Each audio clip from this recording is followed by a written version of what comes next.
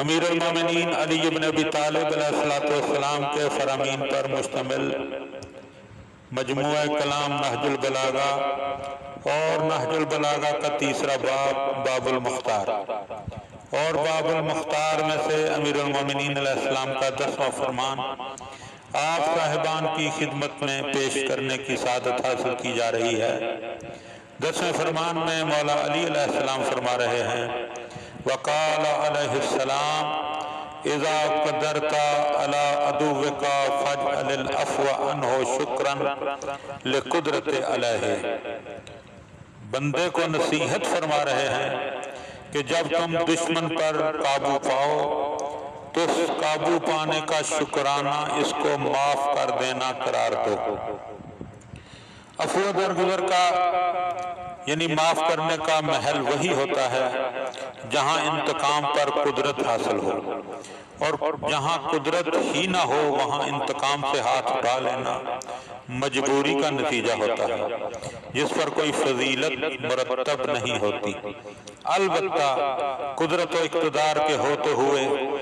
معاف اور درگزر سے کام لینا فضیلت انسانی کا جوہر اور اللہ کی بخشی ہوئی نعمت کے مقابلے میں اظہار تشکر ہے، کیونکہ شکر کا جذبہ اس بات کا تقاضا کرتا ہے کہ انسان اللہ کے سامنے تذلل و انکسار سے جھکے، جس سے اس کے دل میں رحمت و رافت کے لطیف جذبات پیدا ہوں گے اور غیظ و غضب کے بھڑکتے ہوئے شعلے ٹھنڈے پڑ جائیں گے، جس کے بعد انتقام کا داعی ہی نہ رہے گا۔ وہ اس وقت قدرت کو ٹھیک کام میں لانے کے بجائے اپنے غضب کو دور کرنے کا ذریعہ قرار دے گا۔ لہذا ضروری ہے کہ اگر کسی کو کسی پر قابو مل جائے، دشمن پر قابو پا لے، تو بجائے اس کے کہ اس سے انتقام لے، اس قابو پانے کا اللہ نے اس پر کیونکہ قابو دیا ہے، لہذا اللہ کی اس نعمت کا شکریہ ادا کرتے ہوئے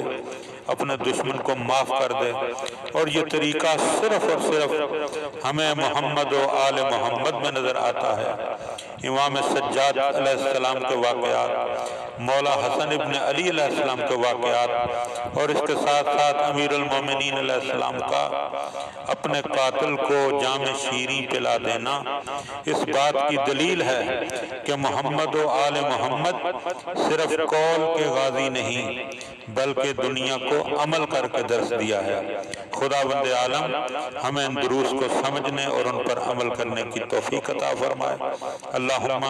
صلی علی محمد و آل محمد۔ ہے دل میں ہمارے عشق علی، ہے دل